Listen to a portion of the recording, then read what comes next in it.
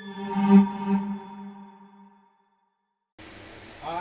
मैं कक्षा 12 के चैप्टर नंबर 3 जनसंख्या, जो हमारा चैप्टर है जनसंख्या, वितरण, घनत्व और वृद्धि, इस पे मैं आज आपके सामने अपना ये टॉपिक रखूँगा।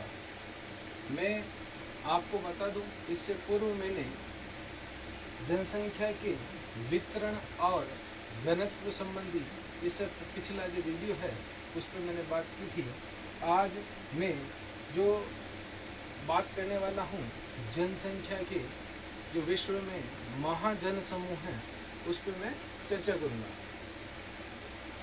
पूर्व में मैं जनसंख्या वितरण को, जनसंख्या के वितरण को प्रभावित करने वाले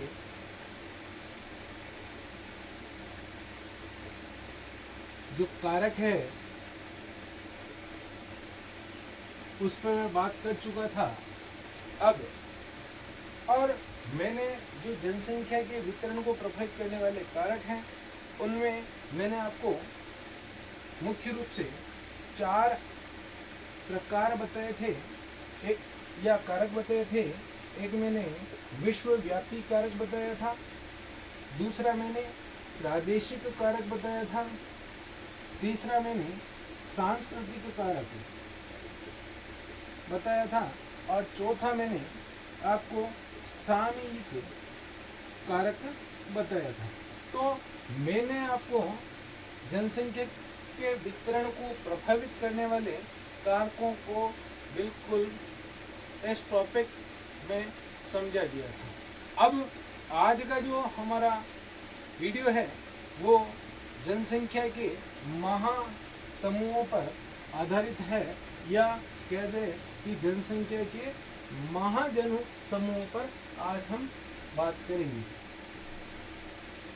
महाजन समूह, या हम कह दें कि जनसंख्या महासमूह, कह दें विश्व में जनसंख्या का जो भौगोलिक विश्लेषण अगर करें तो स्पष्ट होता है कि कुल जनसंख्या का लगभग 80% भाग, कुल जनसंख्या का 80%, कुल का 80% जो भाग है, जनसंख्या का भाग है 20 डिग्री उत्तरी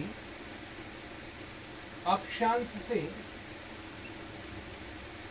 20 डिग्री उत्तरी अक्षांश के मध्य मिलता है। लगभग 20 डिग्री के बीच में आपको, 20 डिग्री उत्तरी अक्षांश के बीच में आपको जनसंख्या का जो 80% जो भाग है, बसाव है, वो 20 डिग्री उत्तरी अक्षांश के मध्य मिलेगा। अगर मैं कह दूं कि पृथ्वी का लगभग 50% भाग आज भी जन विहीन है, तो कोई इसमें अतिशयोक्ति नहीं होगी। यानी जनसंख्या के निवास के अनुकूल 50% भूभाग नहीं है। ठीक है, अब मैं आगे बात करूं तो इस प्रकार विश्व का बड़ा जो भाग है विश्व के 4 भागों में निवास करता है, विशाल भागों में निवास करता है, और जो भौगोलिक दृष्टि से महाद्वीपों के कुछ उपयुक्त भाग हैं। मैं विस्तृत क्षेत्रों के जो बड़े समूह हैं, जनसंख्या के महासमूह हैं, उनको मैं 4 भागों में बांट सकता हूँ, या ये जनसंख्या महासमूह इस प्रकार है। पहला यदि हम बात करें तो महाजन समूह है एशियाई महाजन समूह,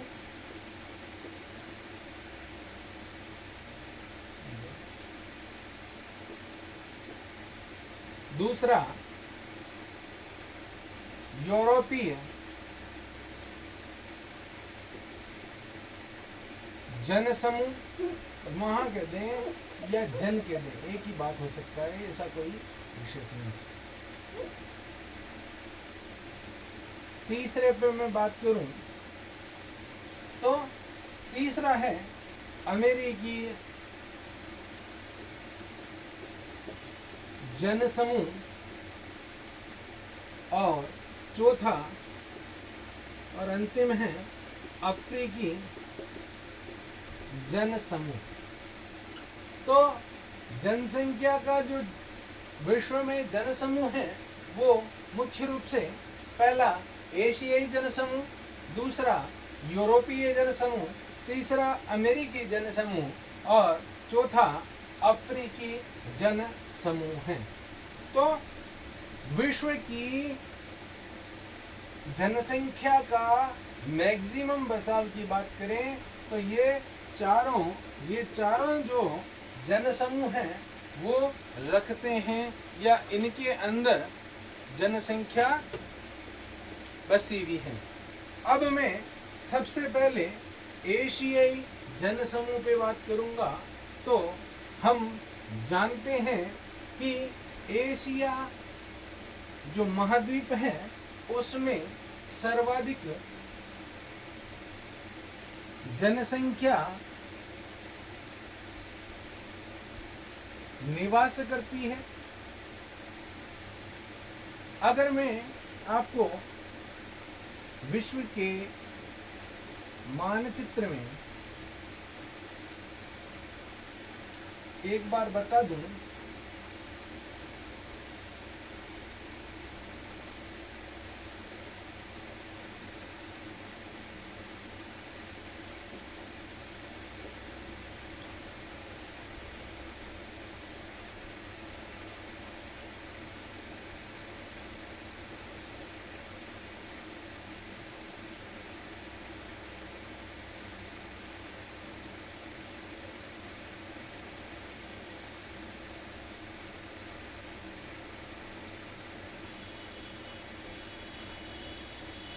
तो मुख्य रूप से मैं बात कर रहा हूं जैसे एशिया की। तो एशियाई जनसमूह के अंतर्गत चीन हो गया, जापान हो गया, चीन, जापान, कोरिया हो गया। उसके बाद मैं बात करूं तो थाईलैंड हो गया, म्यांमार हो गया, इंडोनेशिया हो गया, इंडोनेशिया के फिलीपींस हो गया, फिर वियतनाम हो गया, फिर दक्षिणी एशिया की मैं बात करूं तो ये भारत हो गया, फिर पाकिस्तान, बांग्लादेश मुख्य रूप से हैं। इसके बाद में यहाँ पे नेपाल हो गया, भूटान हो गया। तो ये जो क्षेत्र हैं जैसे श्रीलंका भी इसमें, तो ये पूरा जो ये क्षेत्र है वो एशियाई जनसमूह के अंतर्गत रखा जाएगा। एशियाई जो जनसमूह है वो 10 डिग्री उत्तरी अक्षांश से 40 डिग्री उत्तरी अक्षांशों के मध्य में स्थित है। और यदि नदियों की बात करूं तो ये जितने भी क्षेत्र हैं वो उपजाऊ मिट्टी के क्षेत्र हैं या जो सदाबहार नदियां हैं उनके द्वारा बनाए गए मैदान हैं। तो जो उत्तम कृषि प्रदेश हैं ये जितने भी क्षेत्र हैं या एशियाई क्षेत्र है जो उत्तम कृषि प्रदेश हैं, और यहाँ पर जापान को छोड़कर एशियाई जो जितने भी देश हैं वो कृषि प्रधान देश हैं, कृषि प्रधान क्षेत्र हैं। अब मैं बात करता हूँ दूसरे नंबर पे या हमारा जो इस महासमूहों में दूसरा है यूरोपीय जनसमूह की बात करता हूं। यूरोपीय जनसमूह की, तो यूरोपीय जनसमूह में मैं आपको बताऊं विश्व में एशिया के पश्चात जो दूसरा स्थान रखता है वो रखता है यूरोपीय जनसमूह। यानी प्रथम पर एशिया और द्वितीय पर यूरोप, यानी दूसरे नंबर पे ये जनसमूह अपना हिस्सा रखता है। लगभग इस क्षेत्र में मुख्य रूप से रूस के बाद है जर्मनी के बाद ग्रेट ब्रिटेन और France, Italy, Spain, Netherlands, Poland, Belgium, Czechoslovakia और हंगरी इस क्षेत्र के मुख्य देश हैं। तो ग्रेट ब्रिटेन हो गया, हम बात करें तो इटली हो गया, इटली के बाद करें तो स्पेन हो गया, स्पेन के बाद नीदरलैंड, नीदर के बेल्जियम, चेकोस्लोवाकिया, हंगरी और जर्मनी और ये रूस। तो ये जो क्षेत्र है ये यूरोपीय महाजनसमूह या यूरोपीय जनसमूह के अंतर्गत रखा जाएगा। तो मैं आपको ये बता दूं, यूरोपीय जनसमूह का लगभग 70% से अधिक जो भाग है वो मुख्य रूप से नगरों में निवास करता है। हमने इससे पहले एशियाई महासमूह जनसमूह की बात की थी, तो ये कृषि प्रधान क्षेत्र हैं, परंतु जो मैं इसकी बात कर रहा हूँ मुख्य रूप से यूरोपीय जनसमूह की बात कर रहा हूँ। तो यहाँ पर जो 70% पॉपुलेशन है वो नगरों में निवास कर रही है। ये मुख्य रूप से विनिर्माण उद्योगों, व्यापार में, यातायात और सेवा कार्यों में यहाँ की जो जनसंख्या है वो मुख्य रूप से संलग्न है। इन देशों की प्रति व्यक्ति आय अधिक है और इनका जो जीवन स्तर है वो भी उच्च देखने को मिलता है एशियाई जनसमूह के वनस्पत। तीसरे नंबर पे मैं अब बात करता हूँ अमेरिकी जनसमूह की। जो हमारा तीसरा बिंदु है अमेरिकी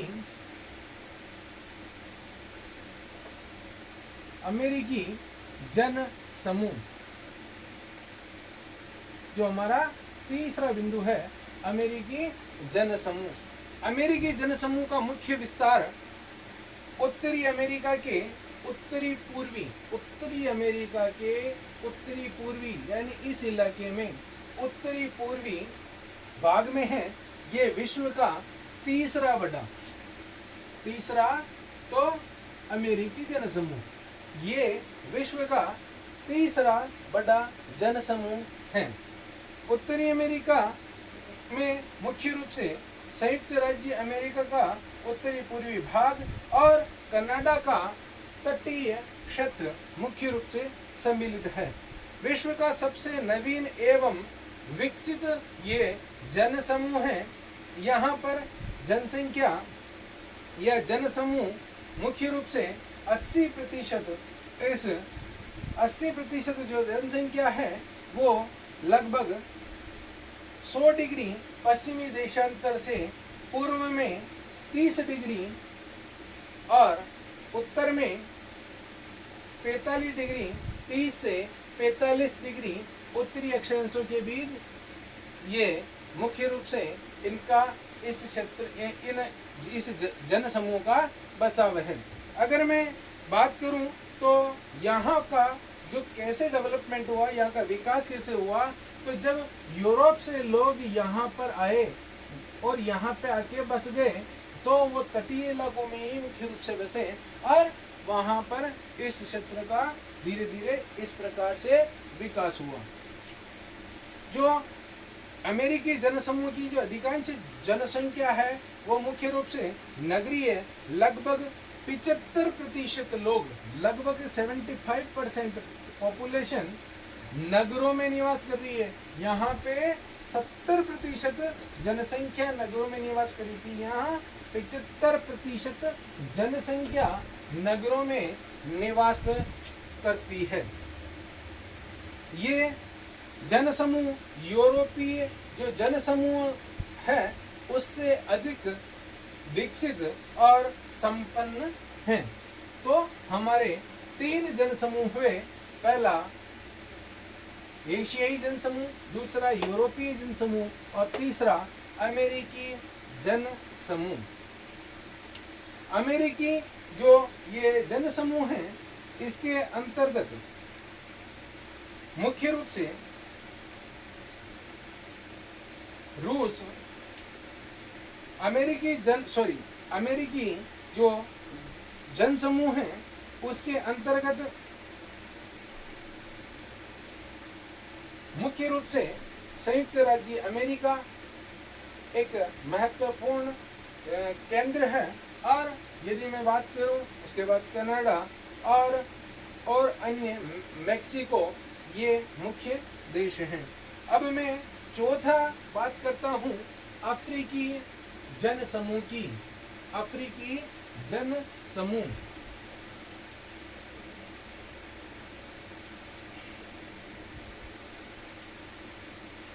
अफ्रीकी जन समूह। अफ्रीकी जन समूह जो है वो मुख्य रूप से अफ्रीका महाद्वीप में स्थित है। ये अफ्रीका महाद्वीप में स्थित है और ये 2001 की जनगणना लगभग यहाँ पर 81.8 करोड़ थी। इसकी जो पॉपुलेशन है इस अफ्रीका महाद्वीप की लगभग 81.8 करोड़ थी। वर्ष 2013 की जो जनगणना है या 2013 के अनुसार यहाँ की कुल जनसंख्या लगभग 110 करोड़ हो गई है। 110 करोड़, और यहाँ पर लगभग 82 करोड़ जनसंख्या थी और 110 करोड़ हो गई है। विश्व की ये लगभग 15.4% जनसंख्या है। अगर मैं आकार की दृष्टि से बात करूं तो एशिया के बाद अफ्रीका का स्थान आता है, लेकिन इसका 70% भाग, जो 70% भाग है इस महाद्वीप का, वो लगभग मरुस्थल दशाएं या मरुस्थलीय भाग है। सघन वनों में आर्द्रता होने के कारण से ये लगभग निर्जन प्राय है। अफ्रीका के केवल 30% भाग पर ही, अफ्रीका के लगभग 30% भाग पर ही ये जनसंख्या के निवास के अनुकूल क्षेत्र है। अगर मैं बात करूं तो इसका जो बड़ा संकेंद्रण है 3 मुख्य क्षेत्रों में मिलता है। और प्रथम अगर मैं बात करूं नील नदी की घाटी, और दूसरा, पहला तो नील नदी की घाटी, दूसरा जाम्बिया की बात करूं, और तीसरे में नाइजर नदी की जो घाटियां हैं, नाइजर नदी की जो घाटियां हैं उसकी बात करूं तो यह उसका अपतटीय भाग है, तो उसमें ये जो जनसंख्या का बसाव मिलता है। अगर मैं देशों के अकॉर्डिंग बात करूं तो पहला नाइजीरिया है।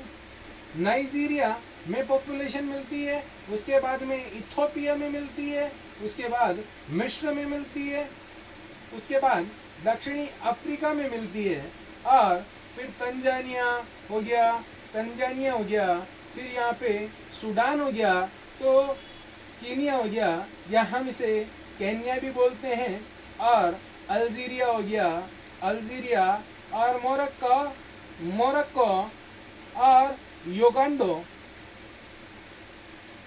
युगांडा हम कह सकते हैं। तो लगभग मोटे मोटे इसमें 10 जो हम कह सकते हैं देश हैं, वो इस अफ्रीकी महाजन समूह में या अफ्रीकी जन समूह में अपना हिस्सा रखते हैं, या उसमें मुख्य रूप से जनसंख्या का बसाव होता है। तो इस प्रकार मैंने आपको जो जन समूह की बात की है, विश्व के जन समूह की बात की है, तो इस वीडियो के अंदर मैं आपको जन समूह में मैंने आपको 4 जन समूह बताए हैं, और चारों को मैंने इस वीडियो में बताया। पहला एशियाई जन समूह, दूसरा एशियाई के बाद मैंने आपको बताया था यूरोपीय जन समूह, तीसरा मैंने आपको बताया था अमेरिकी जनसमूह, और अंतिम मैंने बताया था आपको अफ्रीकी जनसमूह। तो ये हमारा विश्व के जो जनसमूह हैं उन पे ये मैंने आज आपको ये चारों जनसमूह बताए हैं। इस वीडियो में आपको कोई भी क्वेरी हो, कोई भी क्वेश्चन हो तो कमेंट बॉक्स में लिख के आप मुझे बताएं। और नेक्स्ट जो हमारा इस चैप्टर का जो नेक्स्ट वीडियो रहेगा उसमें हम जनसंख्या घनत्व के प्रकारों पे बात करेंगे। विश्व में जो जनसंख्या का वितरण है उस पे हम बात करेंगे। उस के अंदर अधिक जनसंख्या घनत्व वाले क्षेत्र, कम वाले, विहीन वाले, इन पे हम विस्तार से चर्चा करेंगे और वो वीडियो थोड़ा हमारा लंबा वीडियो रहेगा। और इससे आज मैंने महाजन समूहों पर मैंने आपको ये चीज़ बताई, और इसमें कोई प्रश्न हो तो आप अवश्य पूछें। धन्यवाद।